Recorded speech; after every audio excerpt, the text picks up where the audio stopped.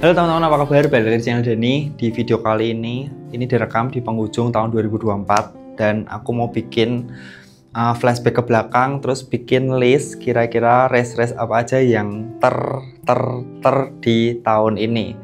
Terberat, teringan, yang paling berkesan, yang tahun depan pasti balik lagi, yang tahun depan nggak balik lagi. Jadi ada 5 item. Oke, jangan kemana-mana, tonton sampai selesai. Let's go. Langsung aja.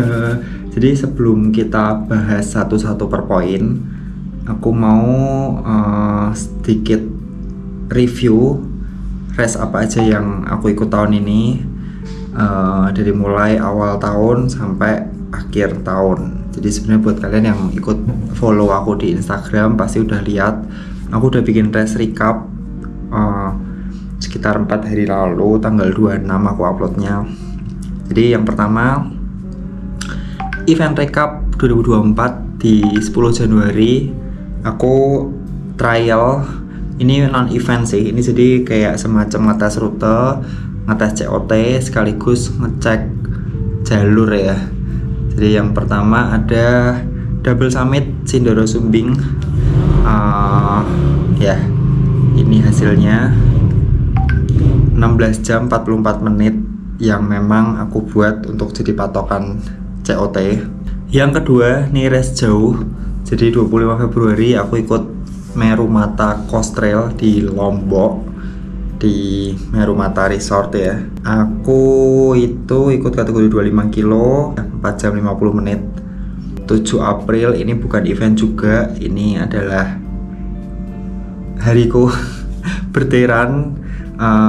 Lain dari yang lain. Kalau biasanya tuh kilometernya, jadi kalau ulang tahun ke-33 misalnya 33 kilo, cuman aku pengen kasih sesuatu yang berbeda, jadi 3.300 elevation gain. 27 April ada Merbabu Sky Race 50k. Nih cukup berkesan guys. Berikutnya ada lagi Makassar Half Marathon 21 kilo, ini juga non trail, jadi kita skip aja. Bali Trail Running 11 Mei 57 kilo, waktunya 13 jam.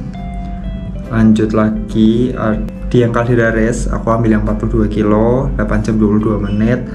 Lalu ada Mantra 116 kategori 68, ya ini waktunya 16 jam. Ini yang bikin kakiku ligamennya sobek.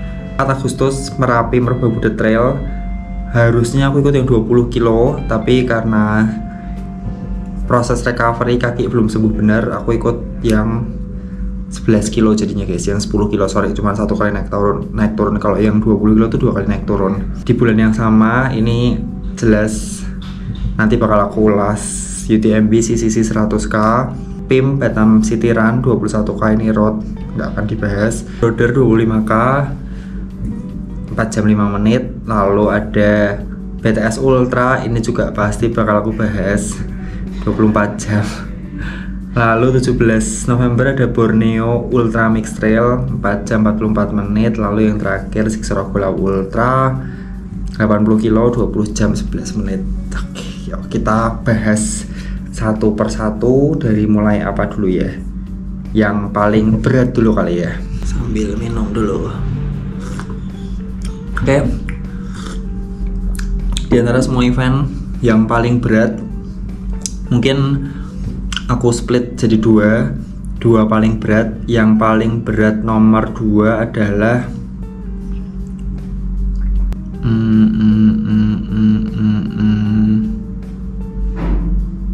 kayaknya Merbabu Sky Race. Ya, Merbabu Sky Race yang 50k. Bayangin 4 kali naik turun Merbabu dalam dengan elevation gain itu 6.400 ya kalau nggak salah ya, 6.400. Aku 18 jam, setara kayak race 80 kiloan walaupun kilometernya cuma 54. Ini berat menurutku karena dia itu nggak cuman kita melawan kita, nggak cuman melatih endurance, maksudnya nggak cuman butuh endurance yang kuat, mental yang kuat dan lain-lain, tapi kita tuh melawan alam guys. Bayangin itu di bulan April Mei ya kurang lebih. Ya seharusnya sih cenderung cerah, tapi ya namanya gunung, makin malam tuh cuaca tuh makin berubah-berubah. Jadi dari mulai sore ke malam tuh udah badai, nggak jelas, sampai aku tuh nyesel di vlognya tuh nggak ada, aku nggak sempat ngambil footage badai hujan kabut, karena ya udah survival, udah bener-bener berusaha nyelamatin diri. Jadi ya seperti itulah. Tapi menurutku ini berat, sangat berat. Finish rate-nya juga aku lihat kayaknya nggak banyak, tapi sebenarnya kalian udah daftar 50k di Merbabu 4 kali naik turun tuh udah gila sih, gila termasuk aku. Oke, itu terberat kedua. Lalu yang paling berat pertama menurutku adalah BTS Ultra 102 kg 102 km. Jadi gini, yang pertama BTS itu ada di ketinggian rata-rata 2000-an, naik 2000, maksudnya titik tertingginya tuh 2800, titik terendahnya sekitar 1100 atau 1200, cuman kita tuh naik turun di ketinggian 2000-an. Jadi dia udah pasti dingin banget. Tapi bukan ininya yang menurutku berat, karena yang menurutku lebih bikin pedes atau berat dari event ini adalah jalurnya, rutenya. Jadi secara fisik aku cukup fit, cukup prepare, dan kaki juga aman, nggak ada masalah. Gear aku juga prepare, gear aku selalu prepare lah ya, mandatory gear segala macam tuh aku selalu prepare. Tapi entah kenapa aku di sini tuh finish paling tepar lah, paling KO, paling nggak ada tenaga. Jadi yang bikin berat adalah cor-corannya kalau buat aku ya. Jadi banyak rute ambil checkpoint tuh kayak ke puncak, ke penanjakan ambil gelang lalu turun lagi yang cor-coran, terus di dekat WS yang sebelum maghrib itu juga cor-coran. Dan yang paling nyiksa tuh turunan mau finish, naikan mau finish itu juga full cor sama aspal, nggak jelas itulah. Jadi bikin kaki berat banget. Tengah-tengah jemplang, ke arah jemplang itu juga turunan panjang cor-coran dan aspal, lalu naikan ke arah WS jemplang. Itu menurutku berat. Jadi kalau bagi sebagian orang yang berat itu tanahnya, pasirnya, Bromo, tapi buat aku enggak. Itu malah enak, jauh lebih aman dibanding cor-coran sama aspalnya. Jadi itu dua yang paling berat menurutku. Lanjut dua race yang paling ringan. Ini sebenarnya rada kurang fair ya, karena ini aku ringan karena kebetulan kategori yang aku pilih itu bukan kategori yang panjang. Jadi teringan kedua jelas, bentar. Nah, di yang Caldera Race ini ringan karena yang pertama jaraknya pendek, yang kedua elevasinya nggak terlalu panjang, yang ketiga view-nya bagus, view-nya indah. Jadi kenapa aku bilang view indah jadi lebih ringan, karena begitu kita lari, kita tuh ya lari, ya effort, tapi sambil menikmati pemandangan, jadi nggak bosen. Jadi semuanya terasa lebih ringan di yang Caldera Race. Mantap. Yang kedua, yang pertama yang paling ringan jelas Merapi Merbabu The Trail. Karena apa? Cuman 10 kilo, 11 kilo aktualnya, 1400-1500 naik turun elevation gain. Ringan karena aku ya itu cuman satu kali naik turun Merbabu, memang kategori yang rendah. Jadi ya itu kalau buat aku ringan dan aku enjoy banget, kayak ala-ala latihan aja lah. Apalagi itu proses recovery, jadi memang nggak terlalu nge-push terutama turunannya. Jadi itu adalah dua race yang paling ringan. Lanjut, ini adalah dua race yang paling berkesan. Yang nomor 2 dulu. Bentar, apa ya yang paling berkesan ya? Kalau yang paling berkesan nomor 1 tuh udah pasti ya, antara BUMT atau Siksorogo. BUMT itu berkesan sih, tapi Siksorogo tahun ini lebih berkesan. Oke. BUMT mungkin paling berkesan nomor 3. karena pertama kali ke Kalimantan, karena panasnya luar biasa, hutan Kalimantan luar biasa, dan aku cukup effort, walaupun bukan yang terberat tapi cukup effort buat finish di sana. Dan di sana banyak cewek-cewek yang lebih kencang dari aku, cewek-cewek asli Kalimantan, maksudnya tinggal di Kalimantan. Nggak tahu dah, mungkin karena memang habitatnya, tempat playgroundnya, tempat latihannya, jadi seperti itu. Yang kedua adalah Siksorogo Lawu Ultra 80 kilo.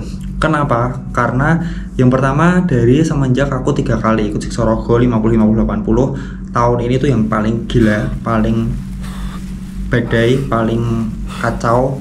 Bukan berarti organisernya jelek, tapi cuacanya. Jadi kita sepanjang jalur tuh kayak aku sekitar 24, hampir 24 jam, maaf, hampir 90% kena hujan. Dari mulai subuh start, dari mulai start sampai malam. Jadi ini berkesan banget. Terus berikutnya finish rate-nya juga nggak banyak, 80-nya tuh sekitar 30%, 30-35% yang finish. 50-nya juga nggak banyak, apalagi yang 120 cuman 4 apa 6 finisher gitu dari seluruh peserta, kan gila kan. Terus yang ketiga, dia paling berkesan karena so far AdSense di YouTube paling banyak. Ini masalah cuan sih, masalah cuan. Jadi ketika aku tayangin itu viewernya banyak, yang nonton durasinya panjang-panjang, dan ketika aku intip AdSense-nya ini paling gede so far, bahkan yang UTMB kalah ya kan. Itulah aku juga gak ngerti. Jadi yang ketiga BUMT, yang kedua Siksorogo Lawu Ultra, yang pertama jelas UTMB guys. Nih apa ya, impian gitu loh, bener-bener impian. Yang bayangin aku dari mulai lari 2016, mulai ngerti trail run 2016 juga, mulai suka nontonin video-video trail run di YouTube tuh ya 16 akhir sampai 17. Lalu kita ngeliat di Instagram, di sosmed itu banyak orang-orang Indo yang mulai finish di sana, CCC, yang 100 kilo, yang 170 kilo. Jadi itu hal yang cuman aku bisa lihat di sosmed atau di YouTube, yang waktu itu tuh sama sekali nggak kepikiran, bener-bener nggak kepikiran. Cuman aku merasa emes sih, gila ya, ini orang bisa lari ratusan kilo, bisa lari sampai Eropa, bisa ngapain sih ke sana. Cuman aku waktu itu nggak ada, maksudnya nggak paham ini mereka ada sponsor atau biaya sendiri ya kan. Tapi ya ternyata seiring waktu aku ngerasain sendiri, dan jadi berkesannya tuh gitu teman-teman. Itu adalah race naik hajinya seluruh pelari trail di dunia. Jadi di sana untuk bisa daftar aja kita tuh harus lolos kualifikasinya. Yang pertama harus punya stones-nya. Nah jadi 2 itu harus lolos. Nah stones-nya itu cuman bisa ambil di event-event yang by UTMB, which is di Indonesia tuh nggak ada. Jadi waktu itu aku ambil di Doi Itanon Thailand tahun 2023. Lanjut, setelah kita punya kualifikasi dan punya stones, kita bisa daftar, dan itu masih diundi. Bayangin, masih diundi guys. Mungkin masih pada nggak ngeh bahwa ketika kita daftar diundi, oh berarti slotnya free. Tidak guys, tidak free, kita tetap bayar sekitar 4,5 sampai 5 jutaan atau 5,4 ya, aku lupa ya, kisaran itu. Terus di situ yang jadi tantangan berikutnya adalah cari duitnya. Jadi ketika aku daftar, ketika diundi dan kepilih, pusing nih, kira-kira habis berapa nih di Eropa, ini bayangin tiket pesawat berapa, bayangin biaya hidup di sana berapa, bener-bener pusing. Jadi ketika aku dapat tuh sebenarnya mau aku lepas, maksudnya udahlah nabung dulu aja buat tahun depan. Tapi teman-teman malah ngasih support, ngasih encourage bahwa loh ini banyak teman-teman yang apply nggak diterima, kamu dapat diterima, kenapa malah dibuang, kenapa malah nggak mau diambil ya kan. Jadi ya akhirnya aku memantapkan diri buat bisa aku nabung, aku coba ajuin proposal ke brand yang pernah support aku atau yang belum pernah support aku. Jadi aku berpikir kalau semisal ya 50% bisa dapat sponsor, oke lah, katakan 50 juta. Kalau 25 juta dapat sponsor, berarti aku tinggal nabung atau cari 25 juta lagi buat berangkat. Ya, itu perjuangan yang di sini aku mau makasih sekali lagi buat semua sponsor yang waktu itu udah bantu wujudin impian.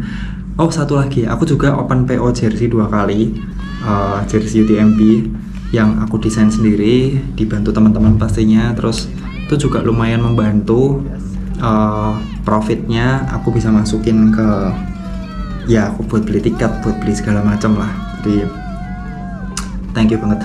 Jujur buat UTMB ini aku cukup pede dengan fisikku karena aku udah lolos di Thailand. Aku juga udah lari 150 kilo 2023 itu di Run to Care. Jadi aku cukup pede. Yang nggak pede itu memang bener dananya. Nah, terus di sananya berkesan karena ya yang seperti yang aku bilang, aku pertama kali ke Eropa, belum pernah ke sana, tapi ini bisa ke sana, bisa lari di sana sekaligus aku liburan. Jadi yang katanya teman-teman habis sekitar 40-an itu, aku terpaksa keluar lebih banyak ya karena memang pengen jalan-jalan. Kita tiket tuh aku tuh sekitar 16 apa 18 ya, 18, katakan 18 ya, PP.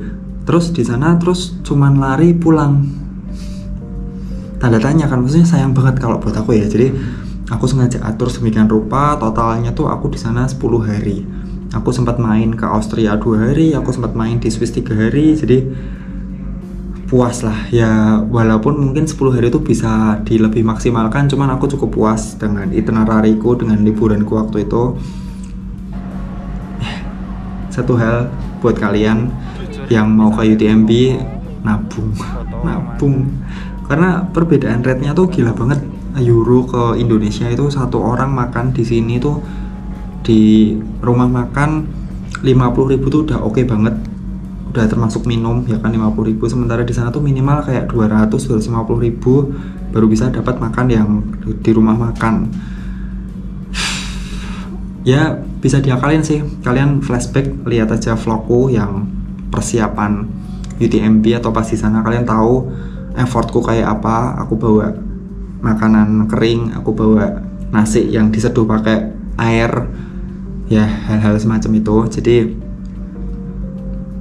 ya semoga tahun depan, bukan tahun depan ya, semoga 2026 atau 2027 bisa balik lagi ke sana ikut yang 100 miles atau 170 kilo.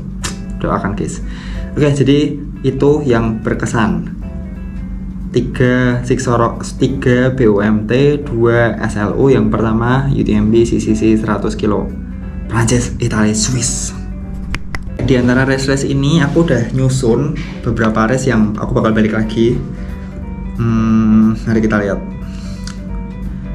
Yang pertama, ini yang pasti ya, yang pasti Merbabu Sky Race. Aku pasti balik lagi. Untuk kategorinya masih rahasia antara 40 atau 50 atau 40 20 atau 50, nah nggak tahu. Jadi Merbabu Sky Race aku pasti balik lagi.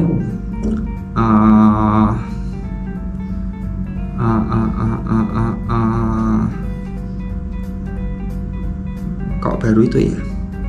Baru itu guys, baru itu Merapi Merbabu di trail. Kalau nggak ada apa namanya halangan, aku juga mungkin balik, aku join lagi.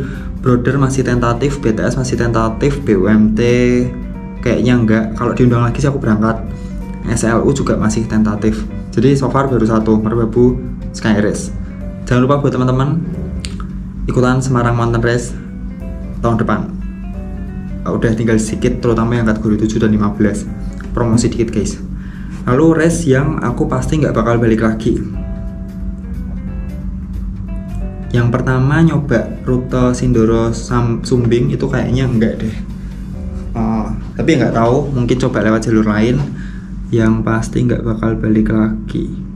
Oh sorry, yang tadi yang bakal balik lagi itu Merbabu Sky Race sama BTR. Jadi BTR aku juga pasti balik lagi, kategorinya masih belum tahu. Oke lanjut, yang pasti nggak bakal balik lagi adalah Dieng Caldera Race. Bukan karena race-nya jelek, tapi karena dia barengan sama raceku yang lain. Coming soon. Lalu apa lagi?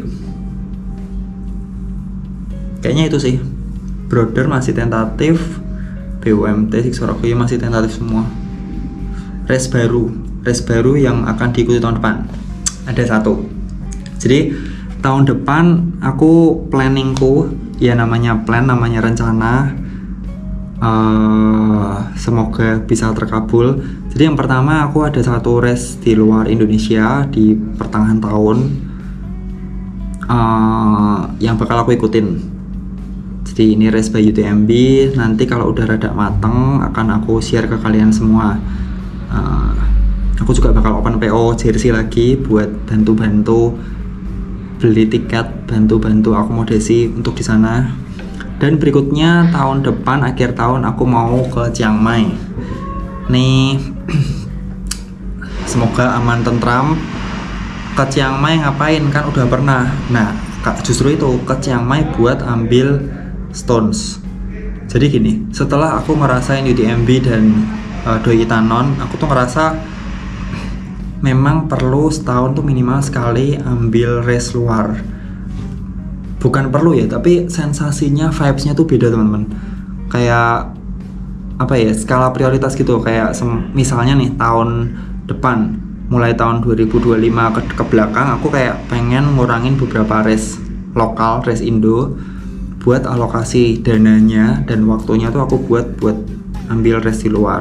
Kalau sekitar Asia Tenggara tuh masih relatif bisa dijangkau, kayak ya mirip-mirip kalau kita race di Bali atau di Rinjani di Lombok ya, costnya kurang lebih segitu.